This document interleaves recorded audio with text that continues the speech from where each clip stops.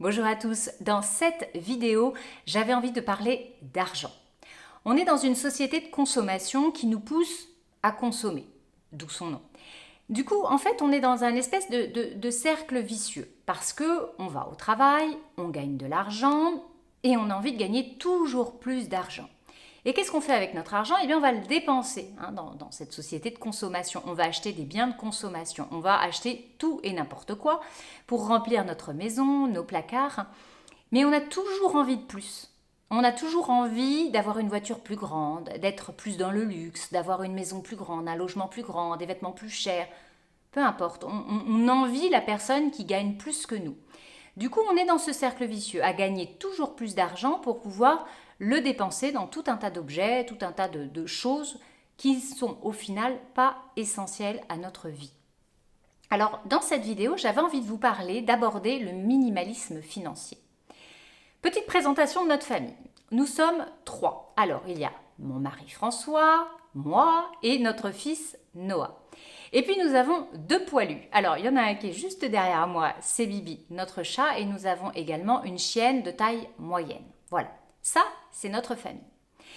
Et notre famille, depuis que nous avons évolué, depuis que nous sommes devenus minimalistes, eh bien, on a transformé énormément de choses dans notre vie, dans notre quotidien, dans notre manière de consommer, dans notre manière de vivre. Du coup, on a également fait tout un travail au niveau de notre budget, à savoir où partait notre argent et comment est-ce qu'on pourrait le dépenser plus intelligemment, qu'en achetant tout un tas de babioles qui vont servir à remplir les placards. Du coup, le minimalisme financier, eh bien j'ai envie de dire, ce serait à un moment donné de faire pause dans sa consommation, dans sa manière d'être et d'agir, et de se dire, ok, je vais là encore revenir à l'essentiel dans mes dépenses. Donc, pour notre famille, 3 personnes et 2 animaux, en fait, on dépense par mois, la dépense est par mois, 1239 € par mois. Voilà, c'est ce dont nous avons besoin pour vivre bien, même très bien. Alors, pour ceux qui ne le savent pas, nous habitons au bord de mer. On est juste à côté de Royan et on habite à moins d'1 kilomètre de la plage. Donc, on a choisi de vivre dans une région qui est quand même assez chère au niveau immobilier. On peut, bien entendu, aller dans des régions qui sont moins chères. Donc, voilà un petit peu pour remettre notre famille dans le contexte et que vous compreniez bien la situation. Le minimalisme financier, c'est très important, c'est apprendre à voir où part votre argent, à apprendre à mieux gérer votre argent. C'est ce que j'aborde dans la formation. Donc vraiment, je vais vous expliquer dans cette vidéo, nous, quelles sont nos dépenses. Alors on a des dépenses fixes et des dépenses qui vont être variables. Encore une fois, ce sont nos choix, notre mode de vie à nous. Mais je pense que vraiment, ça peut vous inspirer dans la réflexion pour vous, comment vous dépensez votre argent. Alors, nos dépenses fixes. Alors, la première dépense que, bien sûr, je vais aborder, c'est la maison. C'est là où on vit, c'est notre logement. Alors, pour nous, dans cette maison où on est actuellement, nous avons un prêt immobilier et nous devons rembourser à la banque 800 € par mois. On a une maison de 70 mètres carrés. Voilà. Dans le contexte, je remets toujours dans notre évolution. Quand on était en région parisienne, on avait une maison de 110 mètres carrés. Puis après, on est passé à une maison de 90 mètres carrés quand on est arrivé ici en Charente-Maritime. Là, on est dans une maison de 70 mètres carrés et nous allons aller dans un appartement, un logement beaucoup plus petit qui fait 40 mètres carrés. Donc, 800 € par mois, c'est ce que l'on dépense là actuellement dans cette maison. On va donc dans ce logement beaucoup plus petit de 40 mètres carrés. Et dans ce logement, on va rembourser un prêt aux alentours de 250 € par mois. Vous voyez déjà la différence entre un remboursement de 800 et un remboursement de 250 € par mois. Ça n'est plus vraiment la même chose. Donc j'ai pris sur les 250 € par mois, j'ai pris cette somme, puis c'est ce qui va devenir réalité. Voilà. Donc notre crédit immobilier, 250 € par mois. Ensuite, on a l'électricité. Donc, en moyenne, on dépense 65 € par mois en sachant qu'on est au chauffage électrique. Donc, 65 € par mois d'électricité. Au niveau des factures d'eau, ce que l'on paye, on est pareil, en moyenne, à 45 € par mois pour notre dépense d'eau. Et puis, il y a l'assurance habitation. Donc, l'assurance habitation, on est à 12 € par mois. Petit total des dépenses pour le logement, nous sommes donc à 372 euros par mois. Voilà. 372 euros par mois, ça c'est ce que va nous coûter notre habitat dans quelques temps puisqu'on va déménager prochainement. Donc je vous invite à réfléchir peut-être à vous, vos dépenses au niveau de votre logement. Combien est-ce que vous dépensez pour vous loger? On sait que c'est vraiment une grosse partie des dépenses.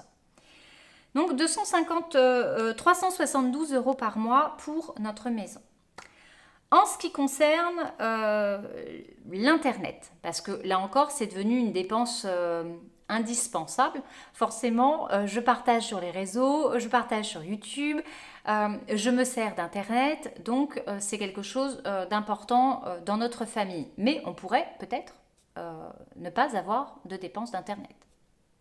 À réfléchir. En tout cas, nous, on en a besoin pour le travail. Donc, Internet. Alors, l'Internet, au niveau de notre logement pour l'appartement, on est à un forfait de 30 euros par mois pour Internet. Au niveau de la téléphonie, ça c'est pareil. Pour le moment, Noah, 8 ans, pas de téléphone. Et nous, on a donc 2 téléphones, chacun son téléphone. Pour ma consommation, pour mon téléphone, on a une dépense de 9 euros par mois, avec des appels illimités et 60 gigas. Voilà, donc ça c'est mon forfait téléphone. Le forfait téléphone de François, il est à 10 euros par mois, il a les appels illimités et il a 40 gigas. Donc on a fait les calculs. Au niveau d'Internet, de la téléphonie, on est à 49 euros par mois. Voilà. Au niveau de la santé, alors la santé, on a évolué, on a épluché aussi toutes nos dépenses santé et on a décidé de n'avoir qu'une mutuelle santé, une mutuelle hospitalisation uniquement. Donc la mutuelle hospitalisation nous coûte 32 euros par mois pour nous 3. Voilà. Tout le reste, on s'est rendu compte qu'on payait très très cher notre mutuelle et qui au final ne nous remboursait pratiquement rien ou très peu puisqu'on ne va que très très peu chez le médecin. Il y a même une année où je crois que la mutuelle nous avait remboursé 7 ou 9 euros par mois. Donc c'est vraiment ridicule en comparaison de ce qu'on pouvait payer à cette époque au niveau mutuel. Voilà, donc mutuelle hospitalisation, c'est bien de la conserver parce que les frais hospitalisation sont quand même très chers. Voilà, je pense que c'est intéressant de conserver cette mutuelle. Donc 32 euros par mois au niveau de la santé pour la mutuelle. Au niveau des frais de banque, et là c'est pareil, on peut se rendre compte que c'est des petites sommes, mais mises bout à bout, ça peut représenter une certaine somme. Donc au niveau de la banque, en fait on a 2 banques, puisqu'on a une banque qui a notre emprunt, notre crédit immobilier. Donc cette banque sur laquelle on n'a pas de carte bancaire, on a juste le crédit IMO, le compte pour le crédit IMO, et on paye 4,36 euros par mois. Voilà, donc ça c'est une banque qu'on a là à côté de chez nous à Saint-Georges-de-Didonne. On est au Crédit Mutuel. Et puis au niveau de notre carte, je dirais carte bancaire et frais de tous les jours, on est à 0 euros par mois et on a une carte bancaire Gold familiale. Voilà. Au niveau donc des frais bancaires, on est à 4,36 euros par mois. C'est très peu, c'est très réduit et c'est très bien. Donc, total, au niveau de nos dépenses fixes, nous sommes à 457 euros et 36 centimes, pour être très précise, par mois. Voilà, donc moins 500 euros, 457 euros, on arrondit, 457 euros par mois pour nos dépenses fixes. On va passer à nos dépenses variables, parce que là, ça devient un petit peu plus compliqué d'être précis tous les mois, ça évolue en fonction de nos déplacements, de notre alimentation. Alors justement, l'alimentation, puisque c'est l'autre gros budget, j'ai envie de dire, de la famille. Alors pour notre alimentation, quand il y avait la cantine pour Noah, j'ai mis entre parenthèses ça aussi parce que là actuellement Noah ne va plus à la cantine. Donc voilà, c'était juste une ordre d'idée. On avait un budget de 30 euros par mois au niveau cantine pour Noah. Je l'ai retiré puisque actuellement il ne va plus à la cantine. Alimentation. Alors j'ai pris le budget alimentation en moyenne. Là encore, au niveau de l'alimentation, il faut bien être conscient d'une chose. Ça dépend de ce que vous mangez. Si forcément vous vous nourrissez de pâtes et de pain en grande majorité, ça va vous coûter très peu cher. Par contre, si vous commencez à avoir une alimentation plus variée, on va être dans des budgets un petit peu plus élevés. Notre alimentation, nous, on mange essentiellement vivant, donc du cru. Énormément de fruits, énormément de légumes. Des oléagineux, on fait beaucoup de jus de légumes, des graines germées, des algues. Voilà, en grande majorité, c'est ce qu'on va dépenser au niveau de l'argent. Donc au niveau de nos dépenses alimentaires, nous sommes en moyenne, j'ai fait une fourchette, entre 300 et 400 euros par mois, à peu près. Voilà. Donc pour mes calculs, je suis passée sur la fourchette la plus haute. J'ai pris 400 euros par mois d'alimentation. Voilà, avoir une bonne alimentation, pour nous, c'est très important. C'est un budget certes important, mais c'est un budget santé. Donc on n'a pas envie de faire, entre guillemets, des économies sur ce budget-là. On veut vraiment être en santé, se nourrir comme il faut. Du coup, on a cette dépense. Donc 400 euros par mois, en sachant que je vais au marché, dans les petits producteurs, chercher beaucoup au niveau des petits producteurs. Magasin bio, voilà, j'essaye d'avoir une alimentation le plus bio possible, mais c'est pas toujours possible, donc on fait au mieux. Donc 400 euros par mois, allez, on prend fourchette haute. L'alimentation et le soin pour les poilus qu'on avait, Bibi et notre chienne Prada, bah, ça aussi c'est un budget, on le prend en compte. Donc j'ai fait une moyenne de 30 euros par mois pour les animaux. Voilà. Donc on est au niveau alimentation à 430 euros par mois pour nous 5. Ensuite, autre chose, nous avons revendu nos 2 voitures. Nous n'avons plus de voiture à nous. Et franchement, c'est génial. Pareil, des choix de vie qui nous ont amenés à être à proximité d'un centre-ville et qu'on puisse faire beaucoup de choses à vélo. Du coup, on a revendu nos 2 voitures et on loue une voiture quand on en a besoin. Alors soit pour le week-end, pour les vacances scolaires ou même au mois, quand c'est juillet-août ou quand on en a besoin parce qu'on sait qu'on a des déplacements, des week-ends de prévus et qu'on a besoin d'avoir un véhicule. Donc au niveau de la location voiture, ça comprend la voiture, ça comprend l'assurance de la voiture, ça comprend les kilomètres de la voiture qu'on loue et ça comprend l'entretien de la voiture qui est effectué par le loueur. Voilà. Nous, on loue notre voiture chez Leclerc Location. C'est franchement imbattable. Voilà. Donc, Leclerc Location, on a fait une moyenne sur les dernières années parce que ça fait plusieurs années qu'on est dans ce mode de fonctionnement. Donc, on est en moyenne à 352 euros par mois avec l'essence de compris. Voilà, donc 352 euros par mois. Ça peut paraître énorme comme ça en budget voiture. Mais là encore, il faut bien comprendre une chose, c'est quand vous achetez ou quand vous faites un crédit à une voiture, bah forcément vous avez un remboursement tous les mois. Ou alors si vous achetez cash une voiture, c'est de l'argent à vous que vous avez investi dans cette voiture. Donc nous, on a préféré garder notre argent et avoir ce système de location. Et croyez-moi, quand on fait calcul, j'en parle également dans d'autres vidéos, quand on fait le calcul de tout ça, ben on se rend compte que d'avoir une voiture à soi, ça nous fait dépenser beaucoup.